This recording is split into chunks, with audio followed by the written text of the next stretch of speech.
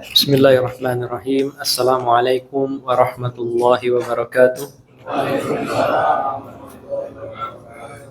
Innal hamdalillah nahmaduhu wa nasta'inuhu wa nastaghfiruh wa na'udzu billahi min shururi anfusina wa sayyiati a'malina may yahdihillahu fala mudilla lahu wa may yudlil fala hadiya lahu.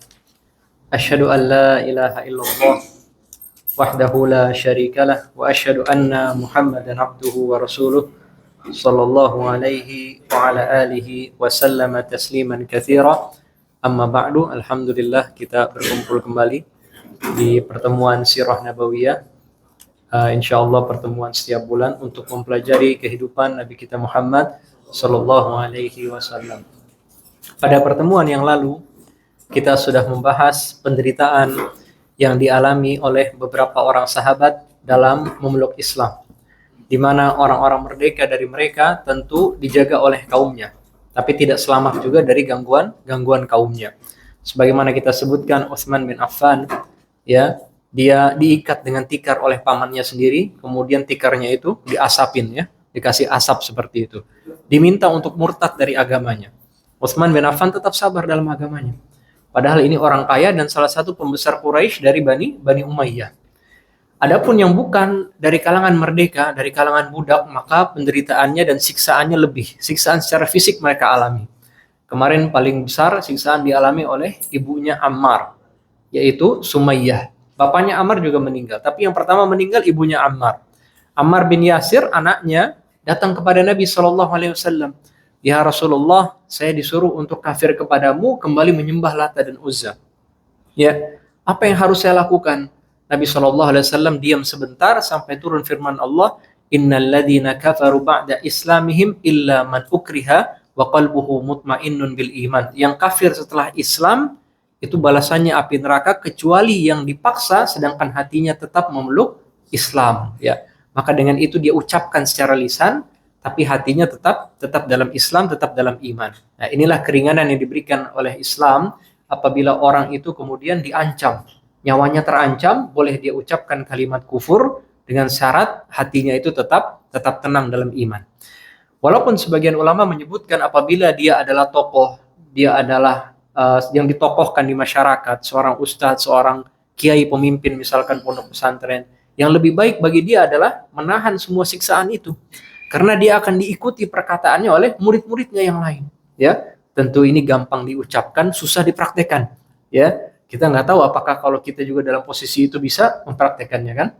Kemarin kita sebutkan bagaimana Imam Ahmad ketika terjadi fitnah khalqul Quran, orang-orang Mu'tazilah yang berakidah bahwasannya Al-Quran adalah ciptaan Allah, Allah ciptakan, bukan firman atau ucapan Allah Azza wa Jalla. Kita Ahlus Sunnah percaya Quran itu adalah kalamullah, perkataannya Allah. Loh, Allah kok bicara? Ya Allah bicara, ya, bicara dengan sesuai dengan kemahaagungan dan kemahasuciannya. Tentu bicaranya berbeda dengan manusia. Nah, mereka menggunakan akal mereka. Lah, kalau Allah bicara berarti sama seperti manusia.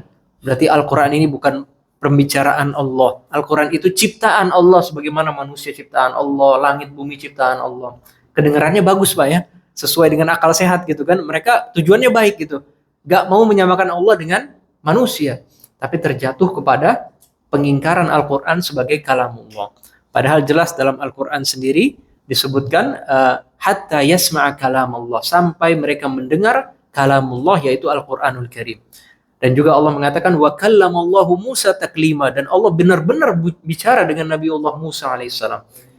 Maka benar-benar Allah itu bicara dengan suara yang bisa didengar dan huruf yang bisa kita baca, yaitu Al-Quran. Adapun apakah punya mulut, punya rongga, punya lidah, punya pita suara dan lain sebagainya, semuanya kita tidak tahu, tidak boleh kita tetapkan atau nafikan dari Allah Azza wa Jalla. Ya, itulah madhabnya Ahlus Sunnah wal Jamaah. Sebagian ulama terpaksa mereka ucapkan, sebagian ulama itu kabur, tidak mau bertemu dengan penguasa dan ajudan-ajudannya. Sebagian mengatakan sebagaimana saya sebutkan kemarin, Pak, ya, Al-Quran, Injil, At-Taurat, Al-Injil, Al-Quran, makhluk, dia bilang gitu. Maksudnya apa? Jarinya dia yang makhluk gitu. Jarinya dia yang tiga ini makhluk. Selamat nih orang ini. Adapun Imam Ahlus Sunnah, Imam Ahmad bin Hanbal nggak mau. Dia mengatakan Al-Quran kalamullah. Maka dia dipenjara, kemudian dia disiksa dan lain sebagainya oleh penguasa itu. Karena penguasanya dibisikin Pak sama orang-orang Mu'tazilah itu. Makanya penguasa itu sebenarnya tergantung siapa yang dekat dengan mereka. Ya, kalau bisa dekat dengan mereka itu orang-orang baik, insya Allah penguasanya pun jadi baik. Tapi kalau didekati oleh orang-orang yang buruk, nah itulah penguasa bisa jadi buruk dan menyimpang seperti itu. Ya, akhirnya Imam Ahmad sampai di penjara. Ya, ketika itu murid-muridnya datang, wahai Imam, tolong berikan fatwa kami untuk memberontak melawan penguasa saat itu. Ya, kata Imam jangan. Ya, bahkan kalau ada yang berontak lawan penguasa, kalian ikut pasukan penguasa untuk menghentikan mereka. Ya, karena syarat-syarat pemberontakan itu banyak Pak ya. Tidak segampang itu. Apakah ada maslahat yang lebih besar yang ditimbulkan dan lain sebagainya. Intinya ketika itu Imam Ahmad memilih jalan untuk tidak mengucapkan kalimat-kalimat kekufuran itu, ya. Karena ini kan terkait dengan sifat Allah, Pak. Bisa jatuh dalam kekufuran, ya. Bilang Allah nggak bisa bicara, Allah tidak bisa mengeluarkan suara dan lain sebagainya kan bertentangan dengan nas-nas Al-Quran dan As-Sunnah. Ada juga Khabbab bin Arad. Yang Khabbab bin Arad ini ya dinyalakan sebuah obor api seperti itu, kemudian badannya diseret ke dalam obor api itu sampai obor itu padam dengan dagingnya Khabbab bin Arad. Maka sampai kemudian hari di punggungnya itu ada semacam lubang, anak-anak bisa main dengan lubang itu. Ya, Umar bin Khattab senantiasa mengingat Khabbab bin Arad. Dia mengatakan, ayo dekat kepada majelis saya. Ketika dia sudah menjadi Amirul Mukminin, tidak ada yang berhak untuk dekat di majelis saya selain kamu dan Ammar anaknya Yasir. Ini dua orang yang disiksa luar biasa. Maka didekatkan oleh Amirul Mukminin Umar bin Khattab ke majelisnya beliau. Begitu juga Suhaib bin Sinan Ar-Rumi, ya. Begitu juga Bilal bin Rabah dan banyak sekali sahabat-sahabat lainnya yang kemudian mereka berkorban di jalan dakwah ini dengan pengorbanan yang luar biasa. Ketika itu sebagaimana sudah pernah kita sebutkan, sebagian sahabat datang kepada Nabi SAW. Dia mengatakan, ya Rasulullah, Allah tad'u lana. Rasulullah, kenapa kamu tidak doa untuk kami? Ya Allah tastansir, kenapa tidak minta pertolongan untuk kami?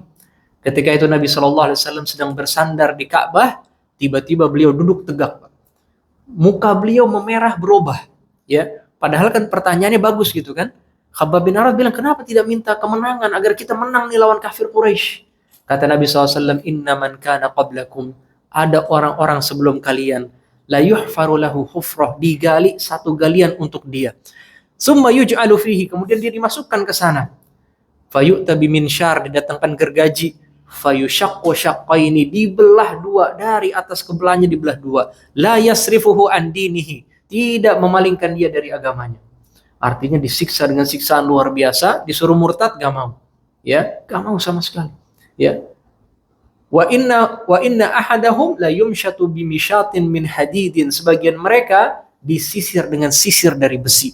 Ya, antara tulang dan dagingnya itu disisir dengan sisir dari besi. La yasrifuhu an dinihi, tidak sama sekali dia terpalingkan dari agamanya. Walakinnakum tasta'jilun, tapi kalian itu buru-buru, terlalu tergesa-gesa meminta kemenangan. Ya, kemarin sudah kita jelaskan. Saya kalau baca ini, kenapa kok Nabi sampai memerah gitu, wajahnya berubah gitu. Padahal kaum muslimin memang lagi menderita. Dan Nabi kan saksikan sendiri, Yasir bapaknya Ammar dibunuh oleh Abu Jahal, ya. Sumayyah dibunuh oleh Abu Jahal, yang lainnya para sahabat semua tersiksa, ya. Yang bisa dibeli oleh Sayyidina Abu Bakar kemudian dimerdekakan, tapi yang lainnya banyak tersiksa. Tapi kenapa Nabi sampai marah seperti itu? Karena Allah jalankan yang namanya sunnatullah, Pak. Ya, cara dunia ini bekerja tuh gimana ada, Allah jalankan seperti itu. Tidak mungkin kaum muslimin memperoleh kemenangan sebelum mereka itu menderita dulu, sehingga merasakan penderitaan itu seperti apa. Ya, kemudian setelah menderita mereka lebih pegang teguh agama ini, iman sudah kuat, baru disyariatkan jihad fisabilillah, baru kemudian mereka mengalahkan orang-orang kafir. Senantiasa harus seperti itu. Ya, pasti lemah dulu dimanapun seperti itu. Saudara-saudara kita di Palestina, di mana kan pasti lemah dulu mereka, ditindas dan lain sebagainya, ya. Baru nanti datang pertolongan Allah di titik-titik yang kita tidak sangka sama sekali.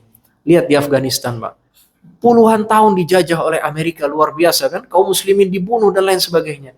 Tiba-tiba ganti presiden, semua pasukan Amerika ditahan dari diambil dari tanah Afghanistan. Berkuasa kembali pasukan mujahidin. Mereka mengatakan apa? Min haitsu lam dalam surat Al-Hasyr, min haitsu lam yahtasibu, dari jalan yang kalian tidak sangka sama sekali. Kata dia, seandainya kami para mujahidin punya senjata yang hebat, mungkin wajar kami kalahkan Amerika, tapi kami anak padang pasir. Senjatanya biasa-biasa saja. Tapi itulah kemenangan Allah Azza wa Jalla. Ya, dari tempat tidak disangka-sangka, gak mungkin nih anak padang pasir menang lawan imperium besar Amerika.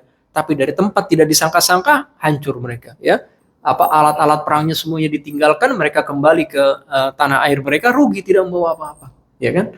Nah, seperti itulah kemenangan Allah Azza wa Jalla. Memang ada periode-periode kaum muslimin harus menderita dulu, ya, sampai Allah lihat betul-betul nggak nih berpegang sama agamanya, ya kan? Nah, misalkan kita lihat sekarang kaum muslimin, ya, kebanyakan berpegang teguh sama agama atau kebanyakan tidak berpegang teguh sama agama. Ya, terus terang aja kan mungkin kebanyakan tidak berpegang teguh sama agamanya. Ya, kalau kemenangan datang sekarang nih, kira-kira lebih lalai atau lebih serius dalam beragama? Lebih lalai lagi kan gitu kan? Makanya kadang-kadang kita pikir ada wajarnya juga, ada hikmahnya juga. Pertolongan Allah belum datang untuk Islam dan kaum muslimin. Nabi SAW katakan, walakinnakum tasta'jilun, ya, akan tapi kalian itu tergesa-gesa. Dan demi Allah, Allah akan menangkan agama ini sehingga nanti pengendara akan berkendara dari Sana'a menuju dari satu daerah menuju daerah lainnya, dia tidak takut akan apapun. Artinya sudah Islam itu menguasai seantero negeri, menyebarkan kedamaian. Pengembala ini nggak takut sama apapun kecuali serigala yang akan memakan dombanya atau kambingnya. Ternyata benar, ya, semua jazirah Arab dikuasai oleh Islam, kemudian Islam berhasil menyebarkan kedamaian dan ketentraman di sana. Itulah intinya awal-awal periode dakwah, kurang lebih dari 3 kenabian sampai nanti tahun 5 kenabian. Tahun 5 kenabian disyariatkanlah oleh Nabi SAW yang namanya al-hijratul ula, hijrah yang pertama. Karena tekanan sudah luar biasa besar, ya, tidak kondusif lagi untuk berdakwah Islam. Setelah 2 tahun ini luar biasa tekanan kepada Islam dan kaum muslimin, disyariatkan oleh Nabi SAW hijrah ke negeri Habasyah. Ya, itu sebelum hijrah ke Madinah, hijrah ke negeri Habasyah dulu. Sebelum itu kita bahas sedikit bagaimana kaum musyrikin menempuh jalan-jalan untuk membatalkan dakwah Nabi Shallallahu Alaihi Wasallam. Ya, jadi upaya-upaya mereka untuk berbicara dengan Nabi Shallallahu Alaihi Wasallam, seandainya bisa dibujuk Nabi Shallallahu Alaihi Wasallam ini untuk diam dan tidak berdakwah lagi. Pada satu ketika kaum musyrikin berkumpul, ya, mereka berkata satu sama lain, coba kita lihat siapa yang paling tahu tentang sihir di antara kita. Siapa yang tahu tentang syair, siapa yang tahu tentang meramal masa depan di antara kita. Kemudian dia hendaknya mewakili kita, datangi orang ini, yaitu Muhammad sallallahu alaihi wasallam. Ya, dia telah mencela Tuhan-Tuhan kita, mencela nenek moyang kita. Biarkan dia kemudian berdialog dengan Muhammad agar dia bisa mengalahkan argumen-argumennya Muhammad sallallahu alaihi wasallam. Kata mereka, ma na'lamu ahadan ghaira Utbah bin Rabi'ah. Kami kira tidak ada yang lebih paham dibandingkan Utbah bin Rabi'ah. Utbah bin Rabi'ah adalah bapaknya Hindun, ya, istrinya Abu Sufyan. Utbah ini pembesar Quraisy yang kalau Bapak ingat perang Badar itu kan diawali dengan duel, ya. Nah, Utbah yang keluar mewakili Quraisy. Utbah bin Rabi'ah, adiknya Syaibah bin Rabi'ah, dan anaknya Al-Walid bin Utbah. Ya. Lawan siapa? Hamzah bin Abdul Muttalib, Ali bin Abi Thalib, dan Ubaidah bin Haris bin Abdul Muttalib. Ya. Maka kemudian Utbah dibunuh oleh Hamzah, begitu juga Al-Walid bin Utbah. Artinya bapaknya Hindun dibunuh sama Hamzah, adiknya Hindun atau kakaknya Hindun dibunuh oleh Hamzah, pamannya dibunuh oleh kaum muslimin. Begitu dendamnya Hindun sama Hamzah itu, Pak. Sampai ketika perang Uhud, ya, dia kemudian keluarkan jantungnya Hamzah radhiyallahu taala anhu.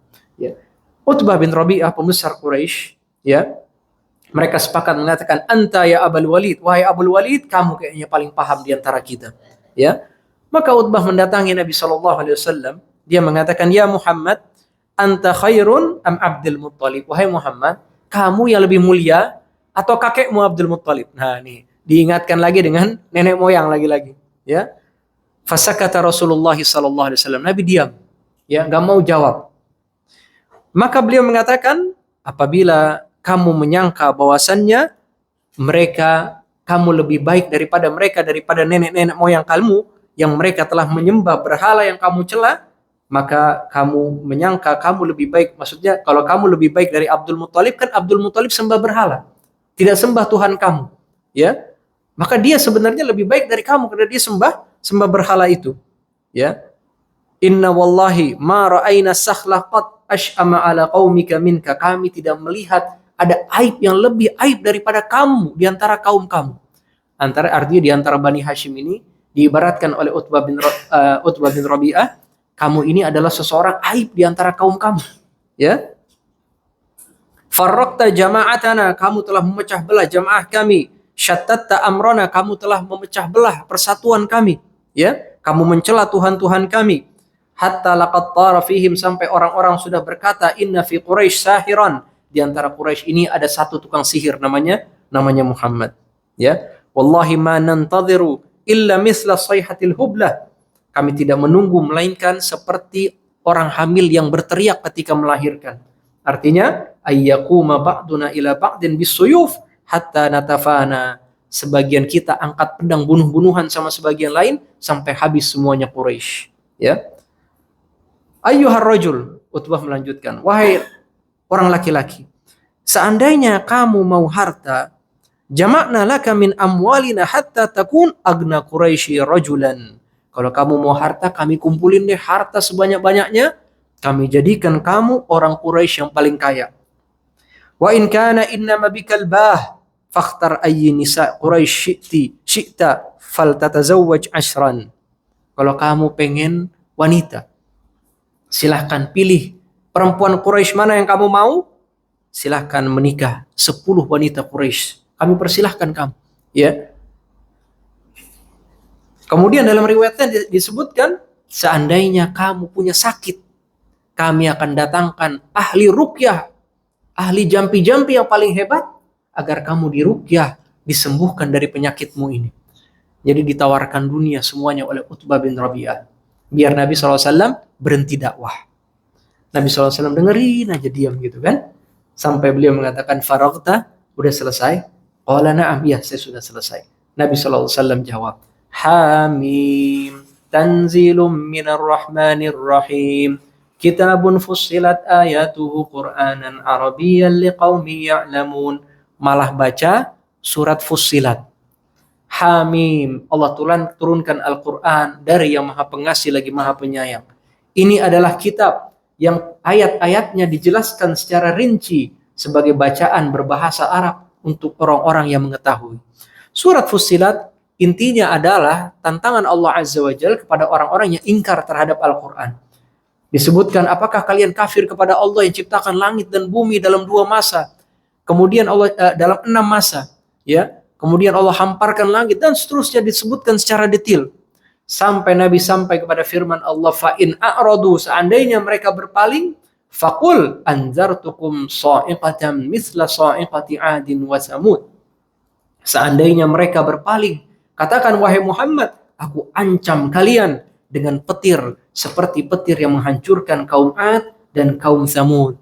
Mendengar ayat ini surat Fussilat, Utbah bin Rabi'ah taruh tangannya ke belakang. Dia dengar, luar biasa ini, ya. Saya nggak pernah dengar seperti ini. Sampai firman Allah, aku ancam kamu dengan petir seperti petirnya 'Ad dan Samud. Dia langsung tutup mulut Nabi kita Muhammad SAW. Hasbuk, cukup, ya. Ketakutan dia, Pak, ya. Ini orang Arab asli, tahu kefasihan Al-Quranul Karim, ya.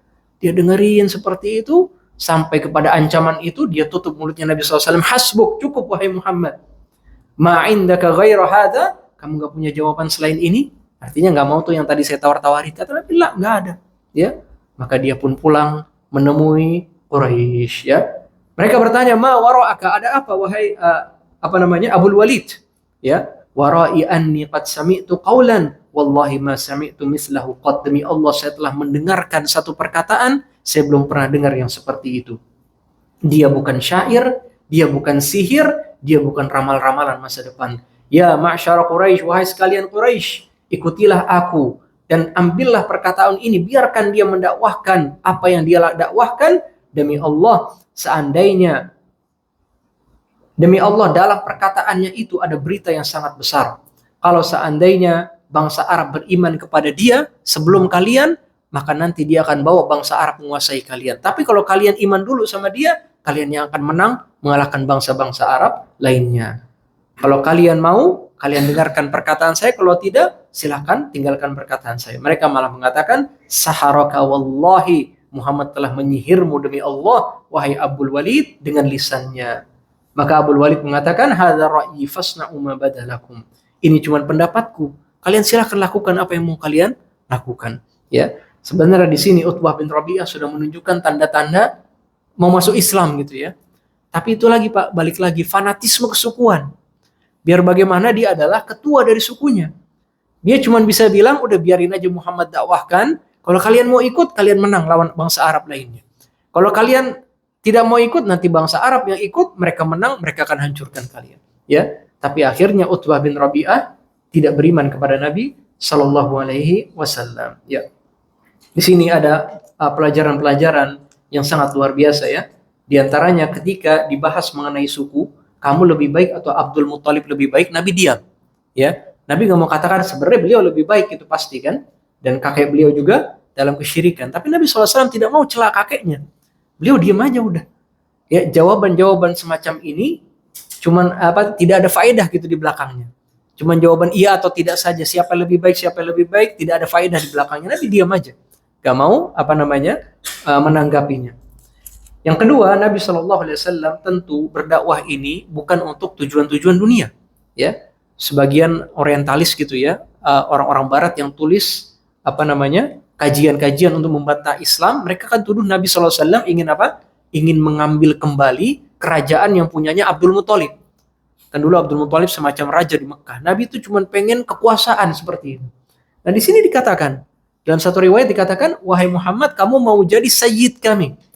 Dan kami tidak putuskan satu perkara, melainkan sambil musyawarah dulu sama kamu.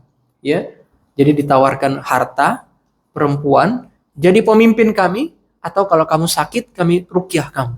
Ya, Nabi SAW tidak punya motivasi duniawi. Dakwah betul-betul karena Allah Azza wa Jalla. Ya, tidak Nabi minta harta karena Nabi juga sudah lumayan gitu kan hartanya. Pernikahan beliau dengan Khadijah bisa memberikan berapa ekor onta? 20 ekor onta untuk Khadijah. Ya, jumlahnya luar biasa 20. Ya. Kemudian Nabi SAW juga sudah pedagang kan gitu. Tidak butuh harta dari dakwah Islam ini. Ya. Kemudian Nabi SAW menikahi dituduh memiliki baratnya kebutuhannya lebih kepada perempuan. Tidak seperti itu juga. 25 tahun berumah tangga dengan satu istri yaitu Khadijah. Ya kan? Dari usia 25 tahun sampai Khadijah meninggal nanti Nabi usia 50 tahun. 10 tahun setelah kenabian. Baru kemudian Nabi lakukan yang namanya poligami. Poligami pun atas perintah Allah. Ya. Nabi SAW dalam satu hadis mengatakan, Ra'aituki fil manam. Wahai Aisyah, aku melihatmu di mimpi. Jibril membawakan seorang perempuan di dalam semacam tabir gitu ya. Ada kotak gitu ditutup. Ikshif ya Muhammad. Singkaplah wahai Muhammad. Hadhihi zaujatuka fid dunya wal akhirah. Ini adalah istrimu di dunia dan di akhirat. Ketika dibuka, ternyata Aisyah radhiyallahu taala anha. Mimpi Nabi adalah wahyu. Maka pernikahan Nabi dengan Aisyah radhiyallahu taala anha adalah wahyu dari Allah. Bukan Nabi mau seperti itu saja, tidak. Nabi lihat 2 kali 3 kali dalam mimpi sampai baru Nabi datang ke Abu Bakar As-Siddiq mengutarakan maksudnya. Ya. Intinya Nabi SAW keliru kalau dituduh memiliki hajat yang lebih kepada wanita. Ya, harta tidak, wanita tidak. Tidak juga beliau seorang yang disihir. Ya, orang kalau kena sihir, kena santet dan lain sebagainya, ngomongnya kan gak karu-karuan Pak. Tidak mungkin bisa mendatangkan semacam Al-Quran yang sangat indah ini. Ya, jadi kadang-kadang mereka juga menuduh Muhammad seorang penyair, Muhammad orang yang kena sihir. Bagaimana orang yang kena sihir bisa melantunkan syair yang sangat indah, kan tidak mungkin. Ya, dituduh juga orang gila. Bagaimana orang gila bisa mendatangkan syair yang sangat baik, kan seperti itu. Jadi tuduhan-tuduhannya satu sama lain juga saling kontradiktif. Yang terakhir tadi, mau nggak jadi pemimpin kami, ya, agar kami tidak memutuskan satu perkara pun sampai musyawarah sama kamu dulu. Nabi SAW tidak mengindahkan semua pernyataan Utbah bin Rabi'ah ini. Nabi malah membacakan surat Fussilat, ya. Di surat Fussilat menjelaskan Allah menciptakan langit dan bumi, ya, semuanya agar kalian semua beriman kepada Allah Azza wa Jalla. Kalau kalian tidak mau, maka aku peringatkan kalian dengan azab atau petir yang menimpa kaum Ad dan kaum Samud, ya. Maka setelah itu Utbah bin Rabi'ah sadar Nabi SAW tidak mau urusan-urusan dunia. Nabi betul-betul dakwah ikhlas karena Allah Azza wa Jalla, ya. Kemudian setelah itu ada upaya lain yang mereka lakukan untuk mencegah dakwah Islam.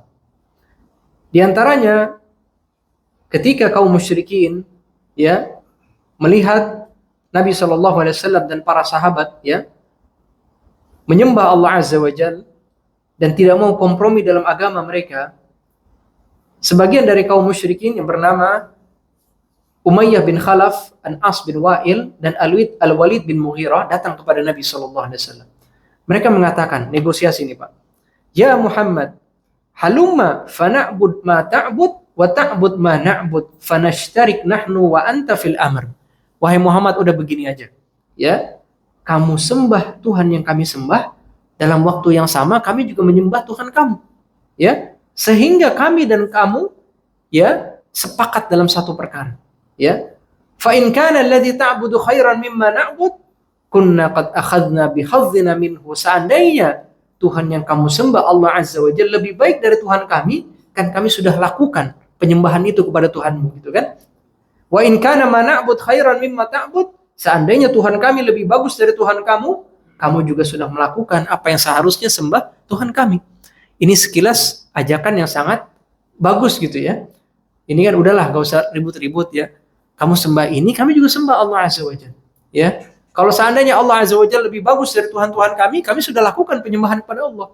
Seandainya Tuhan-Tuhan kami lebih bagus, kamu juga sudah menunaikan kewajiban sembah Tuhan-Tuhan kami. Riwayat lain menyebutkan, udah begini aja, ta'budu ilahana sanah, kamu sembah Tuhan kami 1 tahun. Wa na'budu ilahaka sanah, ya, dan kami akan sembah Tuhanmu Allah Azza wa Jalla 1 tahun berikutnya. Jadi tahun ini, ya, berbuat syirik, itu tahun depannya berbuat tauhid, ya. Ini sekilas Nabi SAW, ya, condong kepada pendapat ini, ya, sampai Allah Azza wa Jalla turunkan firman-Nya dalam surat Al-Kafirun. Qul ya ayyuhal kafirun, katakanlah wahai orang-orang kafir, la a'budu ma ta'budun, saya tidak akan menyembah Tuhan yang kalian sembah. Wala antum a'biduna ma a'bud, dan kalian juga tidak akan menyembah Tuhan yang saya sembah. Wala ana a'bidum ma abattum, dan aku tidak akan menyembah seperti kalian menyembah Tuhan kalian. Jadi ini bukan pengulangan. Kalau yang 2 ayat pertama berbicara tentang Tuhannya. Kami tidak akan menyembah Tuhan kalian, kalian tidak akan menyembah Tuhan saya. 2 ayat berikutnya, cara penyembahannya. Bagaimana cara kaum musyrikin menyembah Tuhan mereka? Mereka menyembah Tuhan-Tuhan mereka, dalam waktu yang sama mereka juga menyembah Allah. Inilah yang namanya asyirik. Jadi mereka sembah juga Lata dan Uzza, keadaan darurat, baru sembah Allah. Nah, Allah katakan, wala ana abidum ma abattum, saya tidak akan menyembah seperti cara kalian itu. Jadi 2 ayat berikutnya berbicara cara. 2 ayat pertama berbicara objek yang disembah, ya. Wala antum abiduna ma a'bud, dan kalian juga tidak akan menyembah seperti saya menyembah Allah. Bagaimana Nabi menyembah Allah? Memurnikan hanya sembah Allah tanpa sembah patung-patung lainnya. Lakum dinukum waliyadin, bagimu agamamu dan bagiku agamaku. Nah, ini ayat sering disalahpahami. Kalau kita paham konteks turunnya, kita jadi paham. Lakum dinukum waliyadin bukan memberikan kebebasan beragama, ya. Ya, orang kalau nggak paham kan lakum dinukum waliyadin, ya. Silakan orang mau pakai agama manapun.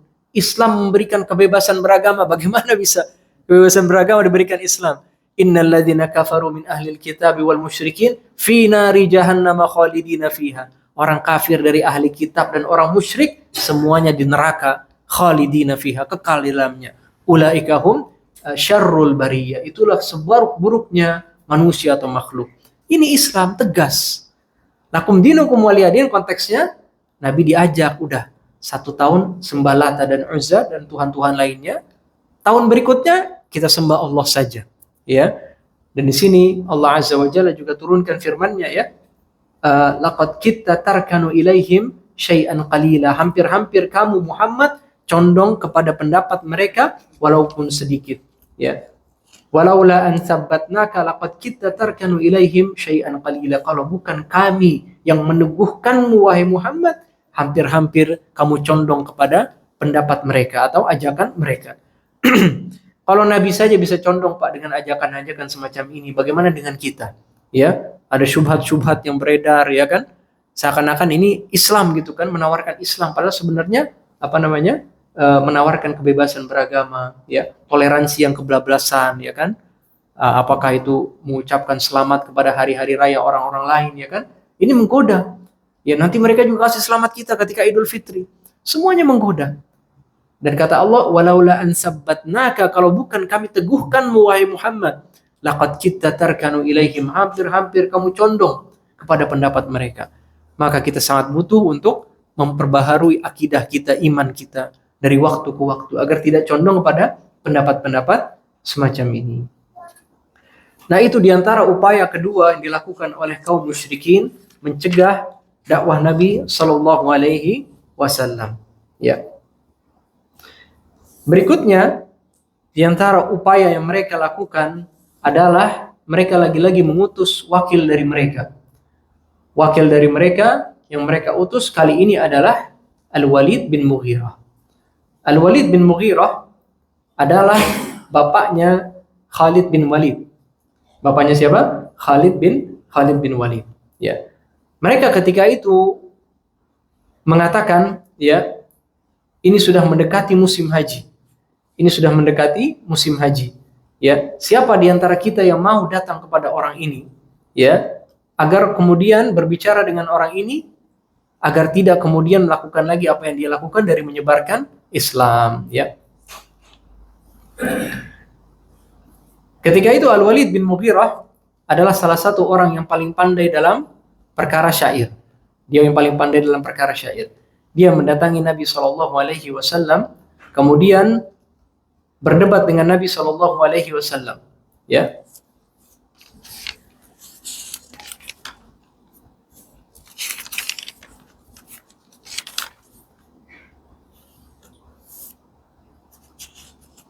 Dia katakan kepada Nabi SAW, wahai Muhammad, sebentar. Dicari dulu riwayatnya, Pak.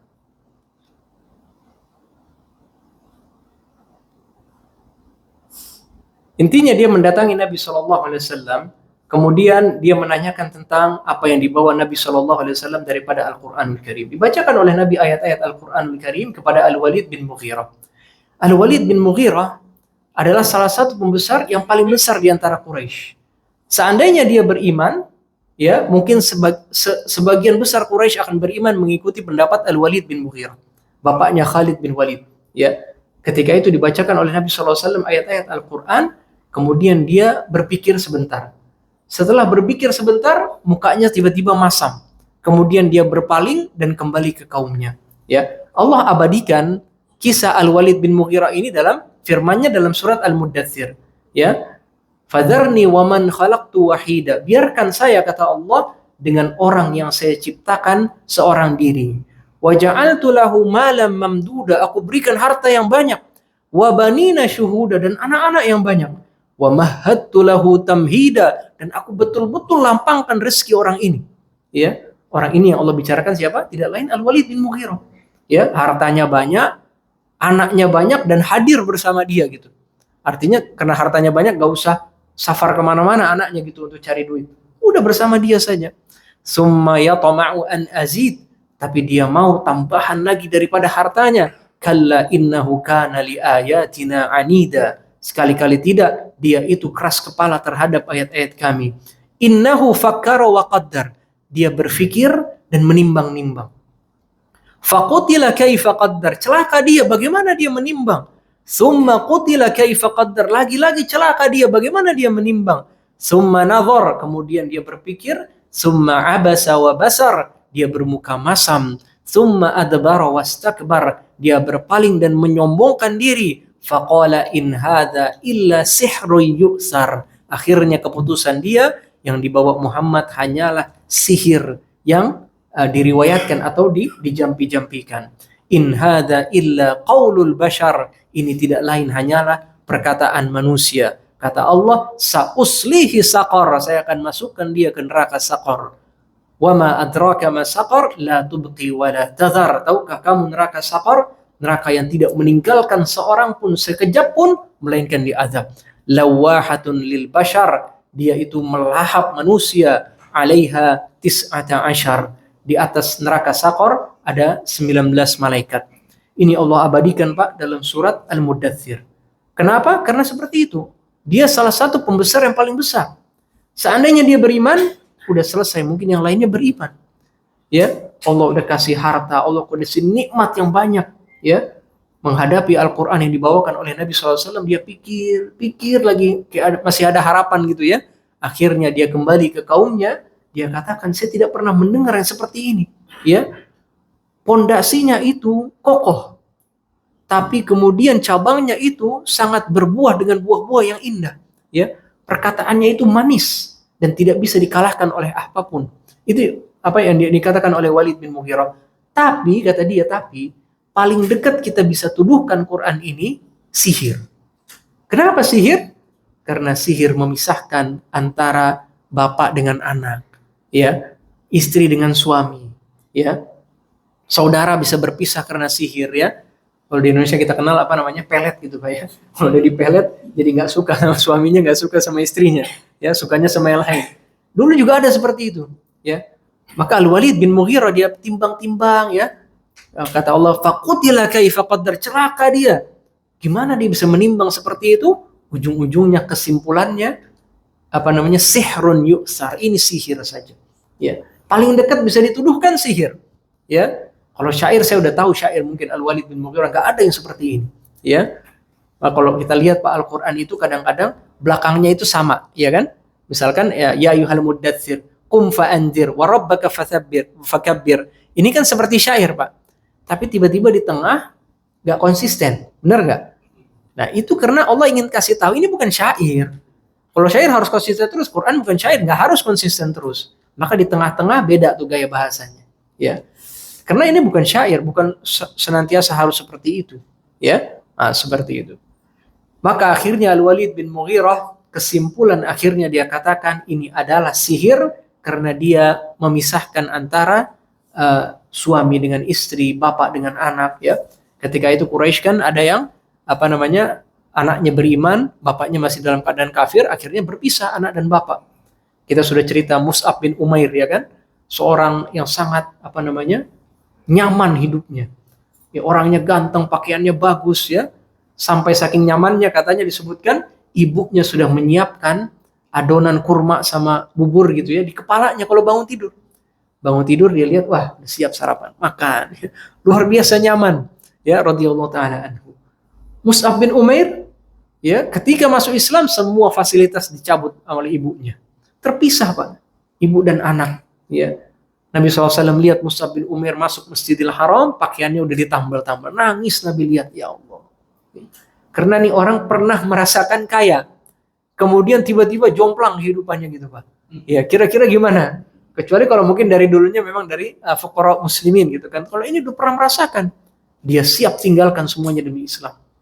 Ya, nah itulah hakikat dakwah Nabi. Nabi SAW ya memisahkan antara seseorang dengan bapaknya, seseorang dengan ibunya, ya. Tentu tidak boleh melakukan kezaliman. Cuman tabiat dakwah itu yang memang seperti itu. Ada sebuah hadis yang menyebutkan wa Muhammadun furqah, dan Muhammad adalah seorang pembeda atau pemisah.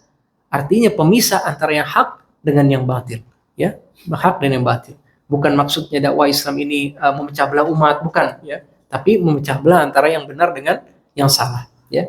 Wa Muhammadun furqah, dan Muhammad adalah pemisah antara yang benar dengan yang salah, ya. Itulah upaya kedua yang dilakukan oleh kafir Quraisy dalam membendung dakwah Nabi Shallallahu Alaihi Wasallam. Ya, ini pun tidak berhasil, dan sayang sekali kesimpulan Al-Walid bin Mughirah bahwasanya Nabi adalah seorang tukang sihir, padahal Nabi SAW tidak didapati dalam diri beliau ya tindakan-tindakan yang biasa dilakukan tukang sihir. Ya, tukang sihir itu biasanya meniup-niup buhul. Ya, kemudian perangainya aneh, sikapnya juga aneh, suka bicara sendiri dan lain sebagainya. Ini semua tidak ada dalam diri Nabi SAW. Ya, dan yang didatangkan beliau sama sekali bukan seperti sihir. Ya, maka tuduhan ini juga sebenarnya tidak benar, tidak tepat seperti itu. Itulah upaya kedua yang dilakukan oleh kafir Quraisy untuk membendung dakwah Nabi Shallallahu Alaihi Wasallam. Dalam upaya berikutnya, para pembesar Quraisy terdiri dari Abdullah bin Abi Umayyah, Al-Walid bin Mughirah, Mukarris bin Hasan, Amr bin Abdullah, dan As bin Amir. Mereka datang untuk negosiasi lagi kepada Nabi Shallallahu Alaihi Wasallam. Ya, fatalabu minan Nabi ayyanzi'a minal Quran ma yughidhuhum min dhammi alihatihim. Ya, tolong wahai Nabi Shallallahu Alaihi Wasallam, singkirkan dari Al-Quran ini ayat-ayat yang mencela Tuhan-Tuhan mereka. Ya, ayat-ayat yang celah Tuhan-Tuhan mereka tolong singkirkan dari Al-Quran. Ya, kami cuma mau ayat-ayat yang adab-adab yang mulia, akhlak yang baik, kisah-kisah itu boleh. Tapi kalau tentang akidah tauhid tolong singkirkan wahai Muhammad. Dengan begitu kami mau beriman. Maka Allah Azza wa Jalla turunkan firman-Nya, wa idza tutla alaihim ayatuna bayyinatin, apabila dibacakan kepada mereka ayat-ayat kami yang jelas, qala alladziina la yarjuna liqa'ana i'ti biqur'anin ghairi hadza aw baddil. Berkatalah orang-orang yang tidak mengharapkan pertemuan dengan kami, tolong bawakan Al-Qur'an selain ini. Au baddilhu, atau gantikan ayat-ayatnya. Qul, katakan wahai Muhammad, ma yakunu li an ubaddilahu min tilqa'i nafsi. Tidak pantas bagi saya mengganti Al-Qur'an ini dengan pendapat pribadi saya. In attabi'u illa ma yuha ilai. Saya hanya mengikuti apa yang diwahyukan kepada saya. Ya, inni akhafu in asaitu rabbi azab yaumin azim. Saya khawatir kalau tidak menyampaikan bermaksiat kepada Rabbku, azab yang pedih menungguku. Artinya Nabi juga nggak bisa kontrol gitu. Apa yang diturunkan oleh Allah langsung Nabi sampaikan. Ya, walaupun konsekuensinya apa? Itu bakal mencela mereka, membuat mereka marah dan lain sebagainya. Bahkan ayat-ayat banyak Pak itu menegur Nabi secara tidak langsung. Nabi harus sampaikan. Ya, contohnya apa? Abasa wa tawalla. Muhammad bermuka masam dan berpaling. Ya, Nabi SAW sampaikan. Ya, karena padahal itu kan mengandung apa? Mengandung teguran kepada Nabi SAW.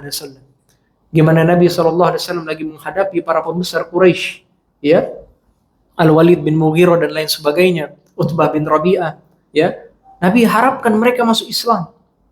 Datang dari belakang Nabi SAW Abdullah bin Ummi Maktum, seorang buta dan termasuk awal-awal masuk Islam.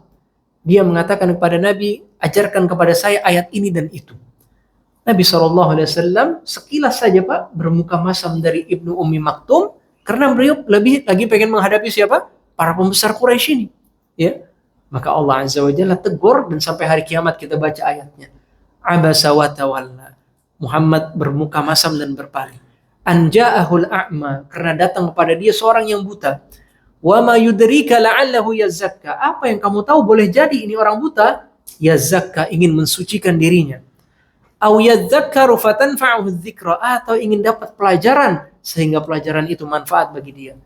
Amma man istagna, adapun orang yang rasa cukup, orang-orang Quraisy, ya, fa anta lahu tasadda, engkau malah menghadapi mereka. Wa ma 'alaika alla yazakka, padahal kamu tidak dosa kalau mereka tidak mau beriman. Ya, artinya Nabi harapkan nih pembesar-pembesar yang beriman. Ya, kata Allah, kenapa kamu berpaling dari orang ini? Ya, boleh jadi manfaat malah lebih kepada orang ini daripada para pembesar itu. Itulah dakwah Islam. Orang kalau nggak mau dakwah Islam, ya jangan dipaksakan. Masih banyak orang-orang yang pengen menerima dakwah Islam. Bahkan ada pelajaran penting dari kisah ini, Pak. Ngajarin orang Islam tentang Islam lebih utama atau sama utamanya dengan mengislamkan orang kafir. Ya, kita lihat kan sebagian dai-dai kan fokus membantah argumen-argumen orang Kristen, orang ateis dan lain sebagainya, banyak masuk Islam di bawah tangannya. Ya, kadang-kadang kita kalau melihat, wah saya masuk Islam berapa orang tangan saya, ya ngajarin cuma orang-orang Islam doang Pak. Ini ayat hiburan bagi kita. Kan itu pembesar Quraisy kan maunya dimasukin Islam sama Nabi SAW kan. Ini orang sudah Islam, Ibnu Ummi Maktum, cuman pengen belajar ayat Al-Quran. Ya, tapi Nabi malah berpaling dari dia, mengharapkan ini orang semua masuk Islam. Kata Allah, wa ma 'alaika alla yazakka. Kamu enggak dosa kok kalau mereka enggak masuk Islam. Amma man ja'ahu fa anta lahu tasadda wa amma man ja'aka yas'a wa huwa yakhsha fa anta anhu talaha. Adapun ini yang datang bersemangat takut kepada Allah, kamu malah lalai daripada memperlakukan dia. Ya, ini kan ngajarin orang Islam tentang Islam. Tapi dia memang pengen tahu, pengen belajar. Itu tidak lebih kecil pahalanya Pak daripada Islamin orang yang Kristen atau lain sebagainya.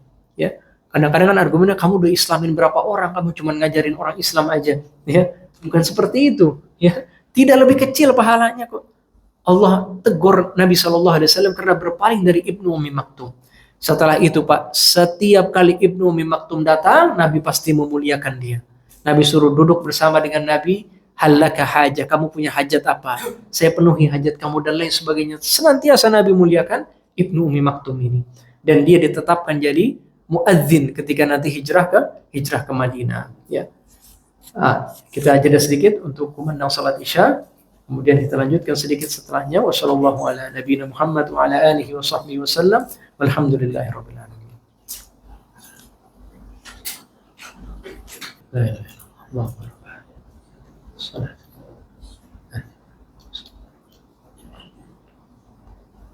Bismillah, alhamdulillah. Wassalatu wassalamu ala Rasulillah wa ala alihi wa sahbihi wa man wala, amma ba'du. Kita lanjutkan sedikit upaya-upaya kafir Quraisy untuk membendung dakwah Nabi sallallahu alaihi wasallam, ya.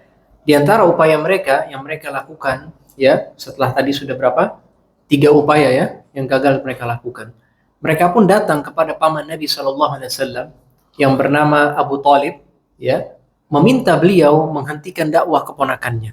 Wahai Abdul Muttalib, ini keponakan kamu, ya, celak Tuhan-Tuhan kami, caci maki leluhur-leluhur kami, ya, tolong minta dia untuk berhenti mencela Tuhan-Tuhan kami. Maka Abu Thalib memanggil Nabi Shallallahu Alaihi Wasallam, ya. Kemudian Abu Thalib mengatakan, ini adalah paman-paman kamu juga. Mereka mengatakan kamu telah mencela Tuhan mereka, ya, menjelek-jelekan leluhur mereka, ya. Berhentilah dari lakukan hal tersebut, ya. Maka Nabi Shallallahu Alaihi Wasallam katakan kepada pamannya, atadruna hadhihi syams, kamu tahu nggak ini matahari? Ya, tahu ini matahari jelas, gitu kan? Ma ana bi aqdar an ad'a dzalik minkum an tushilu minha syu'lah. Aku tidak mampu tinggalkan dakwah ini seperti kalian tidak mampu ambil potongan api dari matahari, ya. Saya tidak bisa tinggalkan dakwah ini seperti kalian tidak bisa ambil potongan api dari matahari, ya. Riwayat lain menyebutkan, ini riwayat yang masyhur, seandainya matahari di tangan kanan saya, bulan di tangan kiri saya, agar saya tinggalkan dakwah, saya nggak akan tinggalkan dakwah Islam ini, ya. Maka di sini Nabi SAW sebenarnya sedih. Dia mengira Abu Thalib akan meninggalkan beliau, tapi Abu Thalib mengatakan, lanjutkan apa yang kamu lakukan, saya yang akan membela kamu selama-lamanya, ya. Nah, di sini sedihnya Abu Thalib, ya, bela Nabi, ya, membela Nabi dari awal beliau menjadi Nabi, dialah yang pasang badan gitu. Karena dari Bani Hashim paling senior Abu Thalib, ya. Abbas, Hamzah semuanya masih di bawah Abu Thalib, ya. Tapi kata Al-Imam Ibnu Katsir, hikmahnya Abu Thalib tidak beriman sampai wafat, ya. Dia tetap mulia di kalangan Quraisy, ya. Seandainya Abu Thalib masuk Islam, Quraisy juga mungkin akan mencela dia sebagaimana mencela orang-orang lainnya. Tapi ketika dia masih di agama nenek-nenek moyang mereka, semuanya akan segan sama Abu Thalib. Nah, ini salah satu hikmah, ya. Walaupun mestinya di akhir ya hayatnya kan dia masuk Islam. Nabi sempat tawarkan Islam kepada Abu Thalib. Wahai paman, ucapkan la ilaha illallah. Satu kalimat, saya bela paman nanti di hadapan Allah. Di sebelahnya ada Abu Jahal. Dia katakan, atarghabu an millati Abdul Muttalib. Kamu benci sama agama Abdul Muttalib. Nabi tawarkan lagi, paman, ucapkan la ilaha illallah. Abu Jahal bilang lagi, kamu benci agama Abdul, terus bolak-balik. Akhirnya Abu Thalib berada di atas agamanya Abdul Muttalib, ya. Sedih, ya. Dari awal belain Nabi SAW, ya. Tapi akhirnya tidak mendapatkan husnul khatimah. Itulah kenapa hidayah milik Allah Azza wa Jalla, ya. Itulah kurang lebih 4 upaya daripada kafir Quraisy untuk mencegah Nabi SAW dari melanjutkan dakwah beliau. Ya, mungkin beberapa pelajaran yang bisa kita ambil. Yang pertama, kesabaran Nabi SAW dalam menghadapi manusia yang bermacam-macam. Ya, ini ada pembesar Quraisy datang, ya, tawarkan apa, harta segala macam. Ini kan sebenarnya mencela Nabi gitu kan. Tapi Nabi hadapi dengan sabar. Nabi diam, nggak langsung jawab. Ya, jawab pun langsung dengan apa? Dengan ayat Al-Quran, surat Fussilat. Itulah sabarnya Nabi yang luar biasa. Ya, sekali lagi mereka datang, udah begini aja, kamu sembah Tuhan kami 1 tahun, kami sembah Tuhan kamu 1 tahun, ya kan? Sesuatu yang sangat menggoda gitu kan. Tapi Nabi SAW tetap sabar, ya, karena tidak boleh ada toleransi dalam dasar-dasar agama. Yang berikutnya, dakwah, ya, tidak boleh ada kompromi dalam dasar-dasar agama. Tidak boleh ada kompromi dalam dasar-dasar agama. Kalau sudah terkait dengan akidah, tauhid, Al-Quran, dan lain sebagainya, tidak boleh ada kompromi dalam masalah-masalah tersebut. Adapun masalah-masalah yang diperselisihkan, masalah-masalah fikih, ya, terkadang untuk menggait hati manusia itu diperbolehkan. Ya, sebagian ulama mengatakan tarkul mustahabun li ta'lifil qulub. Meninggalkan yang sunnah itu hukumnya sunnah kalau dengan maksud menggait hati manusia. Ya, contohnya apa? Membaca Bismillahirrahmanirrahim dengan jahar. Sebagian kan mengatakan harus dengan sir, ya. Tapi misalkan kita mengimami di satu tempat yang mereka ini belum tahu, belum paham perbedaannya. Ya, dan saya pernah imam di sana, bukan imam ya, saya jadi makmum gitu.